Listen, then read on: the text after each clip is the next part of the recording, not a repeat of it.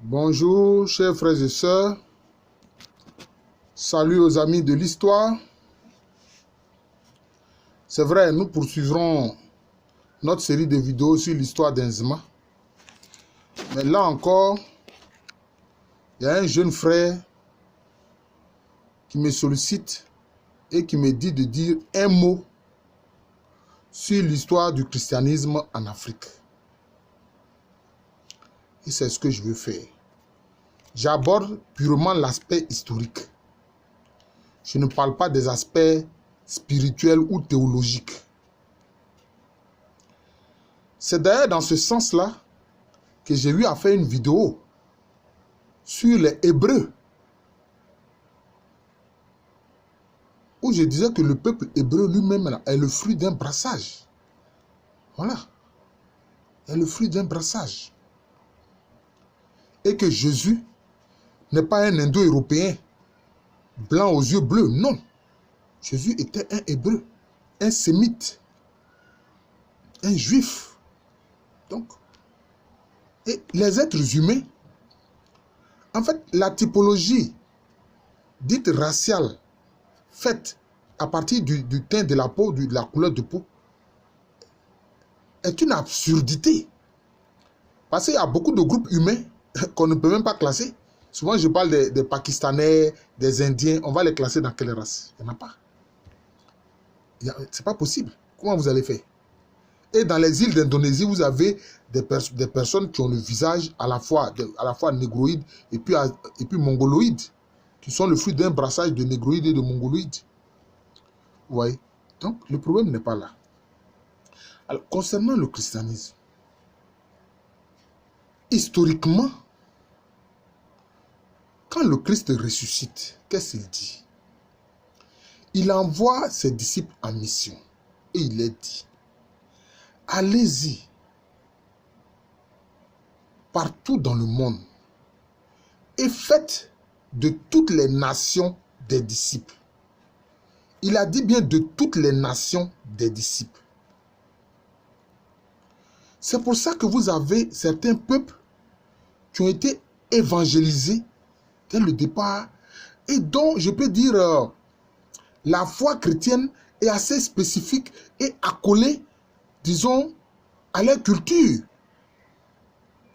C'est le cas du peuple arménien. Le peuple arménien a été évangélisé.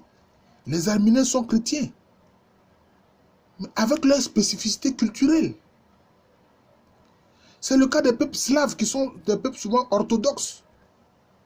Avec l'évangélisation qui a été menée par les deux frères, Cyril et Méthode. Et puis, vous avez notamment les peuples qui ont été christianisés au niveau de choses, comme on appelle ça, de la région de Tyr et de Sidon. C'est ce qui a donné les chrétiens maronites. C'est ce qui a donné les chrétiens maronites. Vous avez les chrétiens syriaques. Vous avez les chrétiens chaldéens. Donc les peuples, chaque peuple a reçu le message du Christ, qui est un message universel qui parle de l'amour de Dieu manifesté à travers la personne de Jésus-Christ, qui vient, qui est la parole éternelle, mais qui s'est incarnée à un moment de l'histoire et qui a été la personne de Jésus, qui a marché sur terre et qui s'est sacrifié pour que les hommes aient leur âme qui soit sauvée. Voilà la question plan historique. Maintenant, moi, je dis une chose. Ceux qui souvent se permettent de dire non, le christianisme, c'est la religion des Blancs. Mais c'est une ignorance historique. Les Blancs, là, les Indo-Européens, là, ils avaient leurs pratiques, ils avaient leurs croyances, ils avaient leur religion. Les Grecs avaient tout un panthéon. Zeus, Athéna, comment on appelle ça, Cupidon, Apollon, etc. Les Romains, ils avaient Jupiter, Mars, etc. Oui. Sans compter les croyances des peuples germaniques en la Valhalla, et puis avec des esprits comme Thor, les dieux comme Thor, Odin, etc. Donc nous aussi en Afrique, nous avions nos croyances. Mais il faut savoir que les peuples d'Afrique croyaient toujours en l'être suprême. En Afrique, il y avait toujours un terme qui désignait l'être suprême. Souvent dans les langues bantou, on dit Zambé. Hein? Dans les langues Akan, la racine c'est Nya, Nyamia, Nyame, etc. Vous voyez? Donc, les peuples, je crois que les gourous, c'est en Zambale. Bon, tous les peuples avaient un nom pour désigner, les peuples d'Afrique avaient un nom pour désigner le Créateur. Je crois que les Dogons, ils l'appelaient Ama. Voilà, Ama. Ils appelaient l'être suprême Ama. Donc, tous les peuples d'Afrique croyaient en l'être suprême. Mais à côté de cela, il y avait toute une kyrielle d'esprit de la nature ou de forces cosmiques. Ces forces cosmiques, que ce soit le soleil, la terre, la lune, etc., dans lesquelles ils croyaient. Voilà. Sans compter maintenant souvent le culte des ancêtres. Hein, que presque tous les Africains pratiquaient le culte des ancêtres. Maintenant, je vais vous dire une chose. Les Éthiopiens ne disent jamais qu'ils ont reçu l'évangile de la part des Européens. Pas du tout. Les Éthiopiens ont été christianisés dès le départ, dès l'origine. Il suffit cela de lire le livre des Actes des Apôtres. Le livre des Actes des Apôtres, où on voit Philippe qui est transporté par le Saint-Esprit vers un eunuque éthiopien qui était au service de la reine d'Éthiopie, Candace. Et il lisait un passage du prophète Isaïe qui ne comprenait pas, où on parle d'un personnage qui a été maltraité, qui est un homme de souffrance, mais il est dit qu'il a porté nos péchés, etc.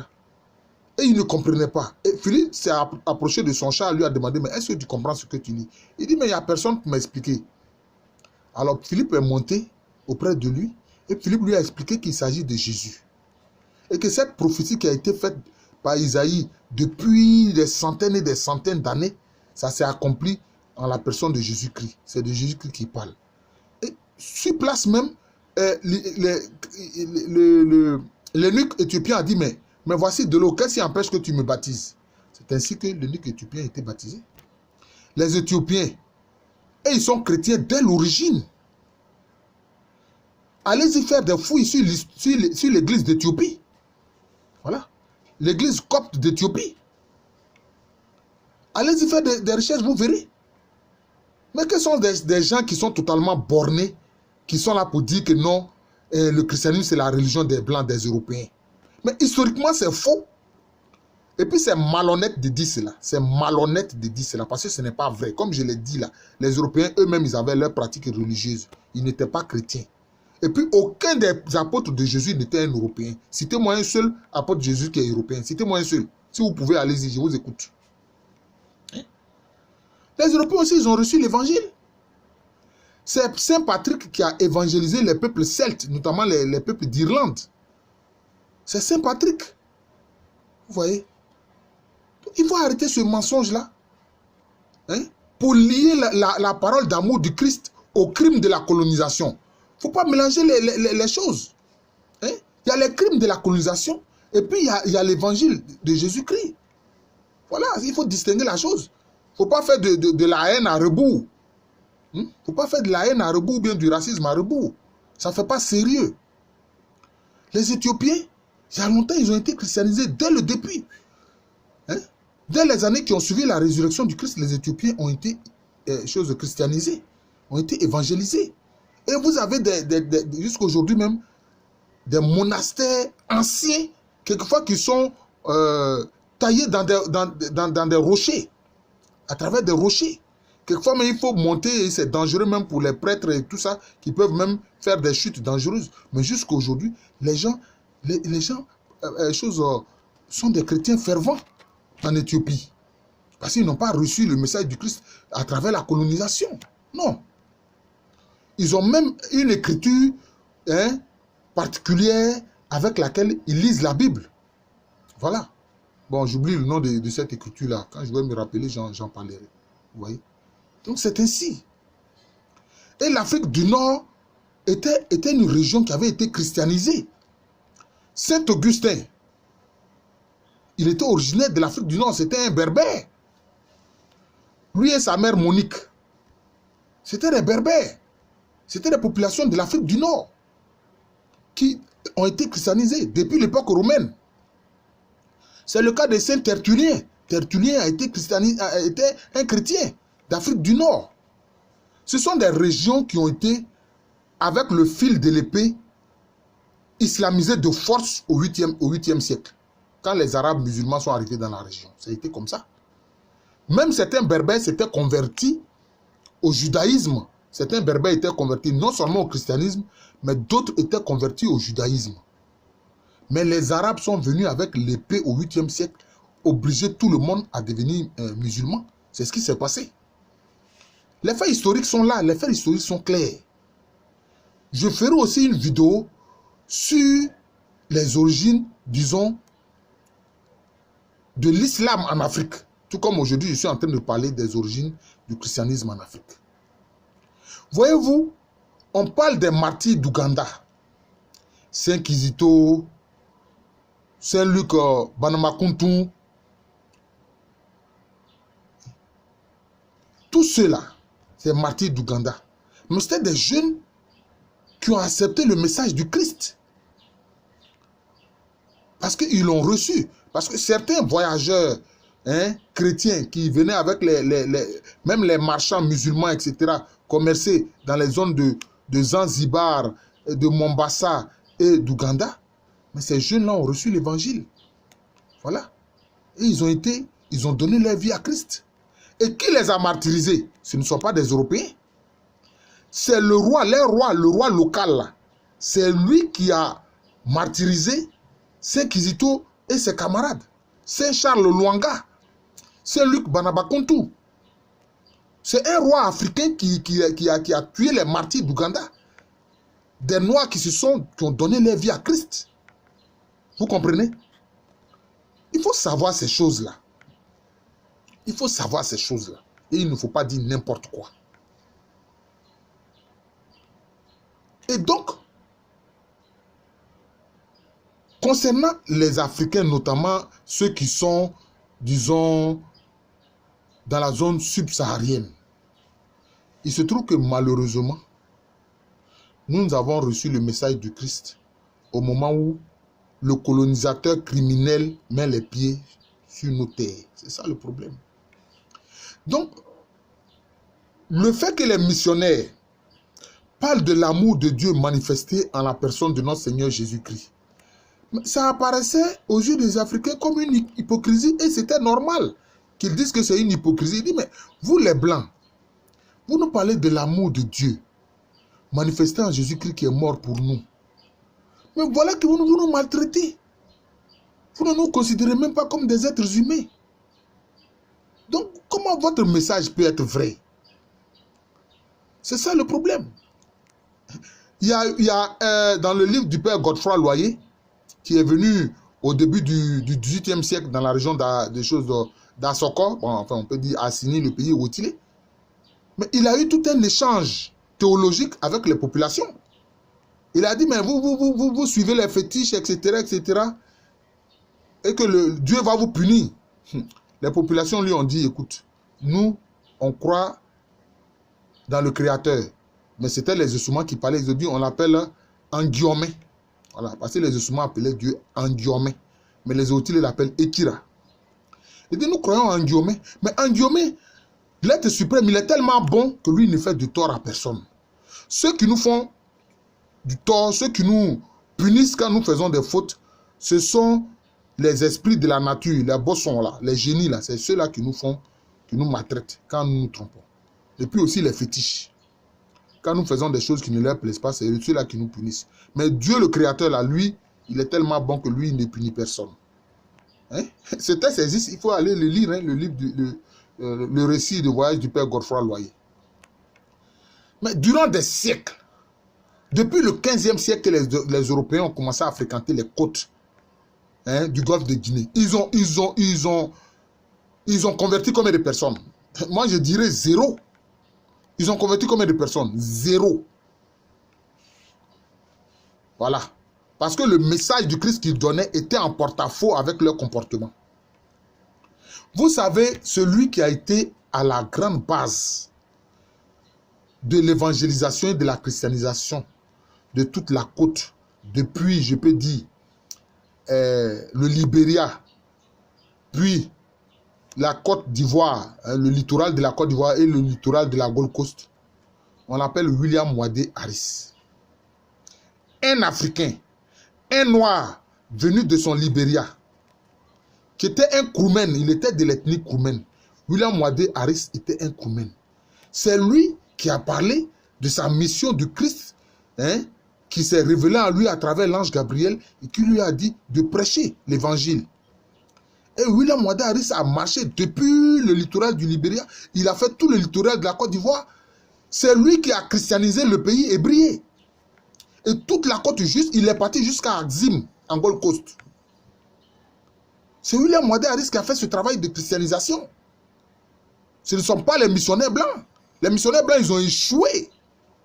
Que ce soit eux, que ce soit ceux de l'église wesleyenne, qui aujourd'hui on appelle l'église méthodiste unie, qui est venue d'Angleterre, ils ont échoué. Mais ils ne pouvaient qu'échouer. Puisqu'au moment où ils parlaient de l'amour du Christ, les colonisateurs manifestaient le comportement du diable. Et c'est William Wadé Harris qui a dit non, il faut suivre le Christ Jésus. Que tous les hommes sont égaux. Que les blancs que vous voyez là, ils ne sont pas supérieurs à vous. Dieu les considère de la même façon qu'il vous considère. Que vous êtes tous ces créatures. Vous êtes tous égaux. C'était le message de William Wadé Harris. Mais qu'il faut donner sa vie à Jésus-Christ. Que Jésus-Christ, il est la parole de Dieu qui est venu nous sauver. Et que si vous les Africains, vous donnez votre vie à Jésus-Christ, si vous vous séparez des fétiches, vous serez sauvés. C'est le travail que William Wadé Harris a fait. Dans le pays Nzema, son passage a tellement marqué le pays Nzema que les Nzema lui donnent deux noms. Il appelle Wawachi. Et puis il appelle aussi Latagbo. C'est comme ça qu'ils appellent William Wadé Harris. Maintenant, quand il a fini son travail, il est retourné au Libéria. Mais il avait dit à tous ceux qu'il avait baptisés, fréquentez les églises qui sont là. Et les églises qui étaient là, c'était quoi? C'était l'église catholique et puis l'église wesleyenne. Ça a été comme ça. Donc chaque peuple est appelé à recevoir l'évangile, la bonne nouvelle de Jésus-Christ. Et à recevoir le message, mais aussi à l'adapter, disons, à sa culture, mais sans dénaturer le message profond du christianisme. Regardez l'église Sema. Mais l'église Sema, le plus souvent, ce sont les Baoulés qui sont dans l'église Sema. Ils ont beaucoup de cantiques en baoulé, ils les prêchaient en baoulé. C'est comme si la nation baoulée, par l'église Sema, est christianisée. Le cas de l'église USO, c'est le cas, par exemple, c'est les frères des zones de montagne, les Dents, notamment les Yakuba, les Tours, etc. Beaucoup sont dans l'église USO. Hein?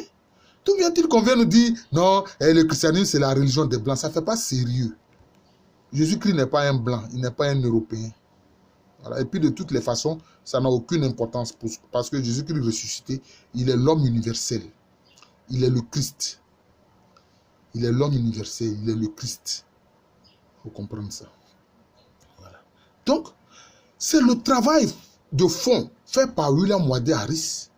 C'est sur ce travail-là que petit à petit, le christianisme s'est développé, hein, en Côte d'Ivoire et puis sur une bonne partie de la Gold Coast. Vous voyez? C'est ce que je voudrais dire sur la question, n'est-ce pas, de la christianisation. Et le message d'amour du Christ traverse les âges. Comment des gens, leur haine est tellement grande qu'ils tuent ceux qui parlent d'amour de Dieu et ceux qui veulent vivre de l'amour de Dieu. Ça répond à quoi?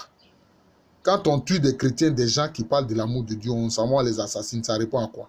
Mais si tu tues l'amour, cela veut dire que toi, tu es de quelle nature? Tu es de la mort et de la haine. C'est ça. C'est ce que ça veut dire. Donc, moi, j'aimerais dire aux frères qui sont en train de m'écouter, n'écoutez pas ceux qui prétendent que le christianisme, c'est la religion des Européens. D'abord, c'est un mensonge historique. C'est être malhonnête, c'est être hypocrite. Parce que les Européens aussi, eux aussi, ils ont reçu le message du Christ. D'ailleurs, beaucoup parmi eux l'ont dévoyé. Sinon, ce pape-là, moi je suis chrétien catholique, mais ce pape-là n'aurait pas dit que oui, il donne l'autorisation aux nations européennes de pratiquer la traite négrière parce que le noir n'a pas d'âme. Ce pape-là, il n'avait pas le Saint-Esprit. Parce que parmi ceux qui se disent croyants en Jésus-Christ, il y a beaucoup d'hypocrites. En fait, ils fréquentent les églises, mais en fait, ils ne sont pas convertis. Voilà. Mais à ceux-là, le Christ dit, éloignez-vous de moi, vous qui faites le mal.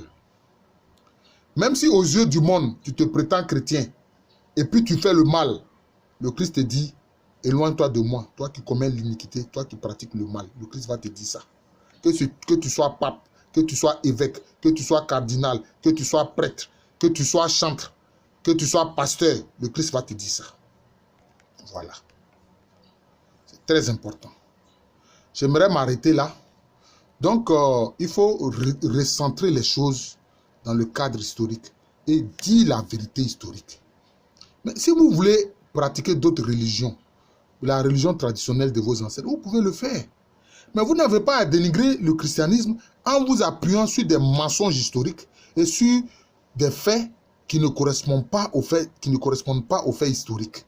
Ça ne fait pas sérieux. Voilà. Ça ne fait pas sérieux. La place Saint-Pierre que vous voyez à Rome, là, c'est l'apôtre Pierre qui était un juif. Là. C'est là que lui, il a été crucifié. Voilà. C'est là que lui, il a été crucifié. C'est là qu'est devenue la place Saint-Pierre. D'ailleurs, au moment où on persécutait les chrétiens, il a quitté la ville de Rome, il fuyait. Mais en vision, il a vu le Seigneur Jésus-Christ portant sa croix et allant vers Rome. Il a dit, mais Dominé, quoi vadis? Il a dit que, Seigneur, où vas-tu? Il dit, mais je m'en vais à Rome pour me faire crucifier à nouveau. C'est là Pierre a compris qu'il devait accomplir sa mission. Il est retourné à Rome. Et c'est ainsi qu'il a été crucifié. Mais il s'est trouvé indigne d'être dans la même position que son Seigneur, le Seigneur Jésus-Christ. Et lui, on a retourné sa tête. C'est comme ça. Si bien que la croix de Pierre, ben, la partie horizontale est en bas. Mais il faut dire que certains satanistes ont récupéré ce symbole-là. Parce que beaucoup de satanistes récupèrent des symboles qui anciennement appartiennent à l'église. C'est comme le triangle dans lequel il y a l'œil d'Adonai qui voit tout. Mais aujourd'hui, les francs-maçons ont récupéré ce symbole-là. C'est dommage. Voilà. C'est comme ça. Même le salut cornu. On voit des statues de Bouddha où Bouddha fait le salut cornu. Ça aussi, les satanistes ont récupéré ça. Donc, il faut avoir une connaissance. Il ne faut pas dire n'importe quoi. Et puis, quelquefois, quand on fait les vidéos, il y a des frères qui ne cherchent même pas à s'informer. Mais leur réaction première, c'est de contredire le professeur. Tu me contredis sans aucune base de connaissance. Au contraire. Quand c'est comme ça, moi j'ai pitié de toi. Je n'ai même pas envie de répondre à ce que tu dis. Voilà. Donc c'est ça, il faut être informé. C'est comme concernant les Peuls. J'ai dit que les Peuls du Massina ont adopté la langue malinké. Il y a un qui voulait me contredire là-dessus. J'ai dit, et puis il me dit, les peuples du Mali parlent fulfulbé. J'ai dit, mais d'ailleurs, à ces époques historiques-là, le Mali n'existait pas. La République du Mali, elle n'existait pas. Mais si je te parle des Peuls du Massina, il y a les Peuls du Fouta Djalon, il y a les Peuls du Fouta Toro, il y a les Peuls du Massina, il y a les Peuls qui sont notamment au Niger, notamment les Bororo, etc. Sans compter avec la saga de Ousmane Fodio, les Peuls qui se sont retrouvés aujourd'hui au nord Nigeria, au nord Cameroun, etc. Donc il faut avoir la connaissance pour venir chercher à critiquer, pour se mettre en exergue. Ça ne servira à rien. Ce n'est pas une bonne façon de faire. Voilà. Je vous remercie. Je suis le professeur Alou Kwame René, professeur titulaire d'histoire à l'université Félix Houphouët-Boigny. Donc aujourd'hui, j'ai fait une petite, disons, je me suis un peu brièvement écarté de la route que j'avais tracée en parlant justement des vidéos sur l'histoire d'Inzma. Donc j'ai dû faire cette vidéo-là sur l'histoire du christianisme en Afrique. Merci encore et bonne journée. Donc je suis de l'université Félix Houphouët-Boigny. Voilà, une université qui est à Abidjan, en Côte d'Ivoire, en Afrique de l'Ouest. À très bientôt.